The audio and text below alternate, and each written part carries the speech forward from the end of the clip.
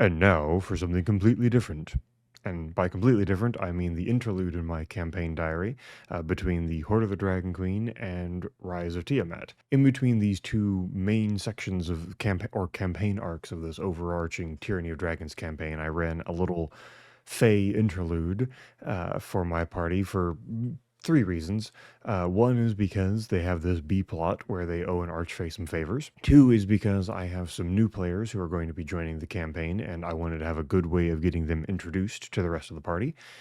And three, because I wanted to run a classic dungeon crawl, and there really isn't a great dungeon crawl that fits well with the first half. There's a couple of dungeons, but nothing like really like a classic, nice, old-fashioned dungeon crawl where you're dealing with a whole bunch of nonsense that a wizard made and trying to figure out how to solve a bunch of cool puzzles. So I figured, for those three reasons, I ran a little bit of an interlude, a little bit of a fun side thing for the players to have to deal with. Just as a reminder, the Archfey that they serve is Ambrosius, who they know quite a lot about, which I won't bore you with all the backstory details. But the most important thing is that he was imprisoned way back in that dragon hatchery that they had to deal with fairly early on in the campaign. He was imprisoned there. They freed him, and somehow he kind of tricked them into owing him several favors after they did him the service of freeing him. And so the Alora the sorceress owes three favors.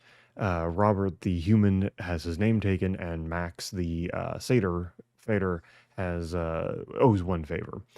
So the first thing that was done was that Max paid off his favor by basically being an arcane experiment for Ambrosius, doing a little bit of a test to see if you could impart a piece of a dragon soul onto a human being and grant them powers without actually destroying the dragon. Because in my world, the kind of lore that I've built up is that there's a conservation of dragons. So if you destroy one dragon, then it becomes reborn somewhere else, and you never actually reduce the total number of dragons. So finding a way to stick a dragon in someone else as opposed to killing it, it would be more efficient at actually reducing the number of dragons in the world.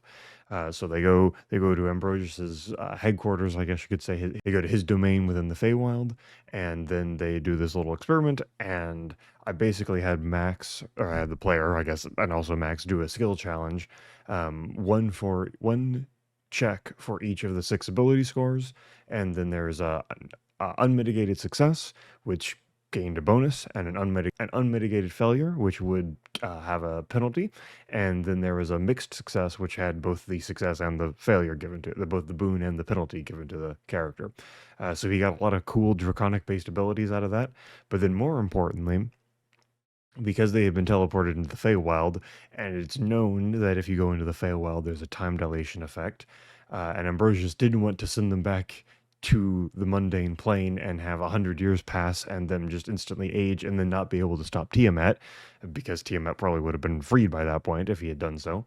But it would have made the whole thing moot if he sent them back and fixed things on his own, because then they would owe him another favor, which would mean that the whole point, we didn't actually advance any plot. It would just be, we did this thing, but now we've rearranged the deck chairs, but we're still on the Titanic.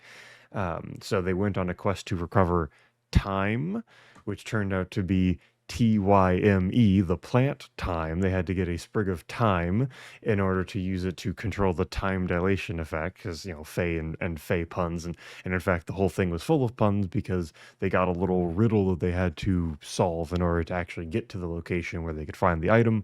And all of it was like very literal things, like push past the tipping point and you see a giant rock that's like balanced on the tip of its point, and you have to push that rock over to create a bridge. Those sorts of things. And then they finally arrived at an encampment where a bunch of giants, Feyish themed giants, were playing various games. And I actually took this encounter from a piece of Norse mythology where Thor and Loki and some random humans get into play some giant games, and they absolutely embarrass themselves, and yet they also outperform all reasonable expectations because the games are rigged and Thor almost manages to win. And that seemed to be strangely prophetic because, in fact, in this particular counter, the games are also supposed to be rigged, and I had a way that they were going to get out and they were going to be able to retrieve the item.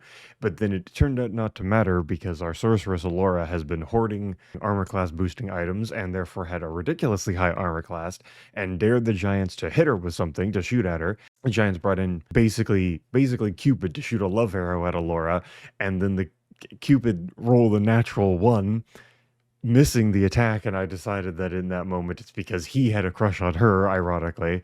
And so somehow the guy whose one job is to never miss an arrow shot misses them.